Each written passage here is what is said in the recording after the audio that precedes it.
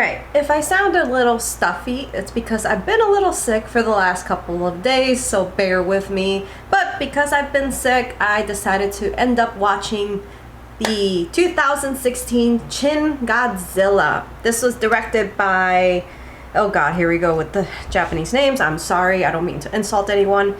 Hideaki Anno and Chiji Higuchi.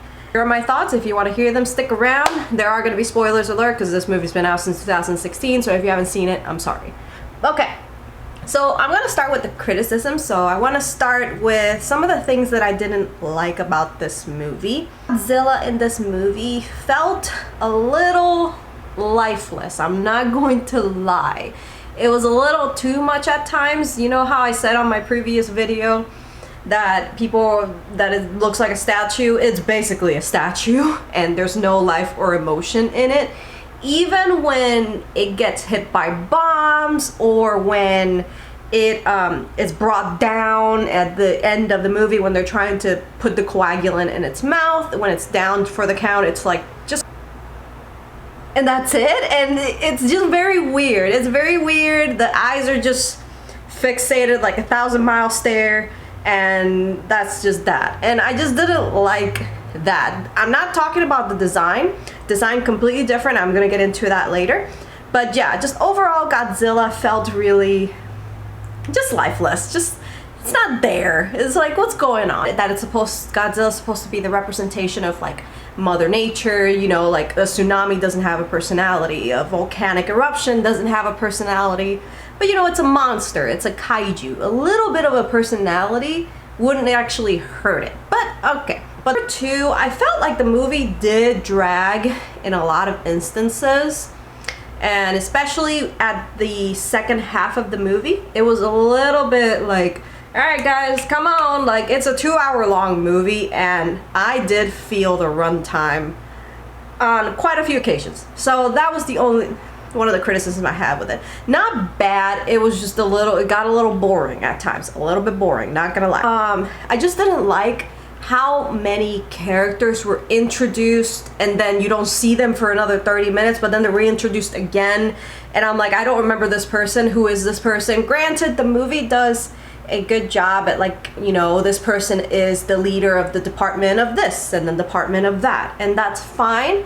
It was just a lot at times. It was a lot of, oh, new character, oh, okay, cool. Sorry, I gotta, Yaguchi, who is played by Hiroki Hasegawa. He's pretty much the only character I kind of stuck with, along with a couple other characters, but he's the one that I really liked the most in this movie. So, but those are my dislikes of the movie. Now I'm gonna get to the likes of the movie. Oh, the movie just, first of all, it just starts off. We just go right to the center of the Tootsie Pop, into the, oh my god, the creature, just like a giant steam thing comes out of the river, comes out of the Tokyo Bay or whatever bay it was at, and there's like kind of blood coming out too. It's kind of crazy. You get to see the point of view of the civilians in like the tunnels, and then it goes straight into what I think is a strong storyline for this movie, which is how the government reacts to a crisis. And this movie does a really great job at it. Kind of like Godzilla -1 gives you a lot of the civilian kind of veterans of war point of view. This movie gives you the government point of view, which was actually really well done, really interesting, and honestly, which was great, frustrating. You get to see the bureaucracy that goes on behind closed doors. This whole thing about when a crisis happens, that even though you have a set leader, you have to go through so many boundaries. Like happened in the water, we gotta get the Department of the Environment, and you gotta make a meeting with them. Oh no, but there's a tunnel there, so we gotta talk to the geographist, and we gotta go to that department. And it's just department after department over and over, and it's like, come on, can we all just gather around in one room and just talk about it? Frustrating. And I think that was the point of the movie, and I'm sure it was the point of the movie, because it was very frustrating at times, where it's like meeting after meeting, department after department, and I'm like, by the time anything gets done, 10 million people are dead.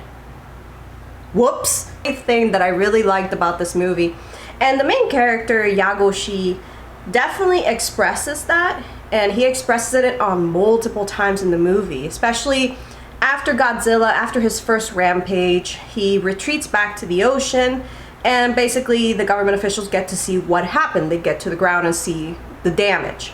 And Yaguchi states that, you know, because we took so long to act, so many people died. This was our fault. This wasn't Godzilla's fault. Characters who's also in government saying, you know, you got to be careful with what you're saying.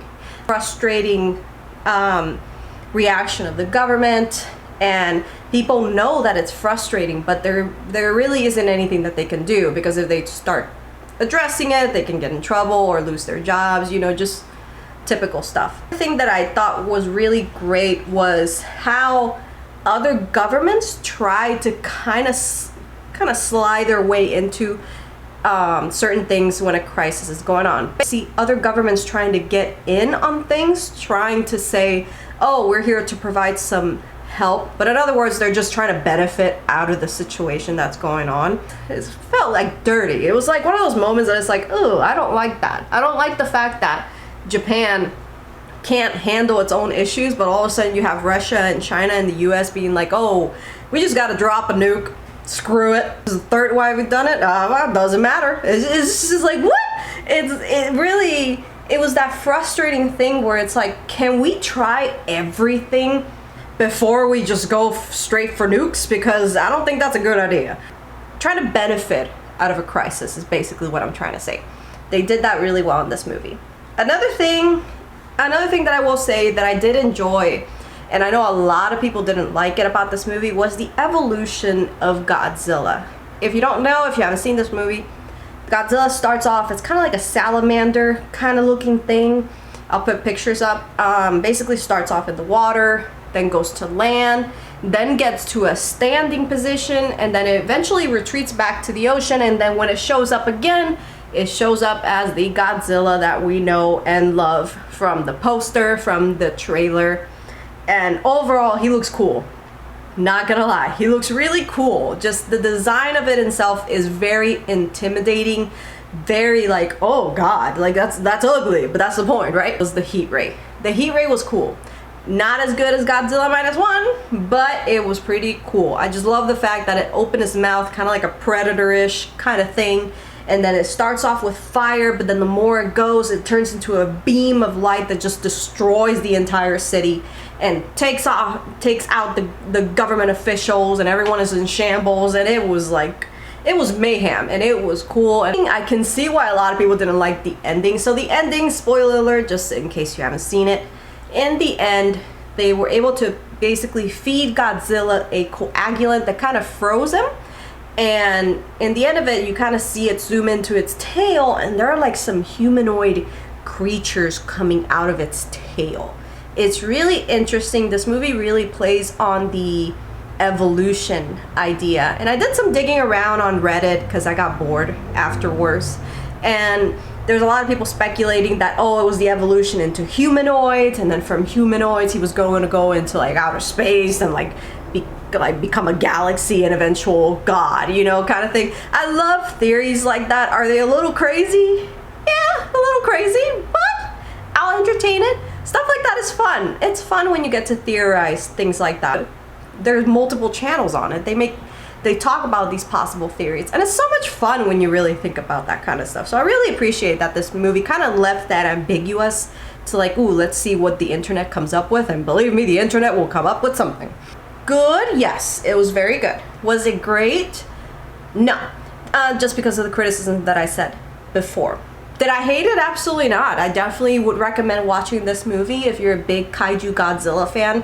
Really appreciated the kind of point of view from the government's perspective versus civilian and veterans perspective that Godzilla -1 has. Overall, I will say though, sorry, Godzilla -1 definitely beats this one. It was just so good, and I'm actually gonna go watch it later today because it was just amazing, and don't judge me.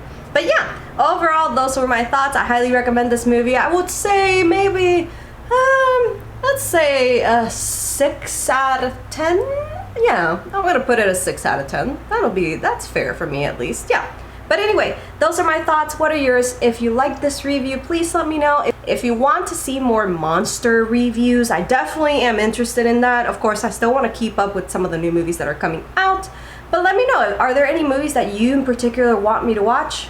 Let me know in the comment section below. Leave a like and subscribe, and I will see you all on the next one. Have a good day, y'all. Bye.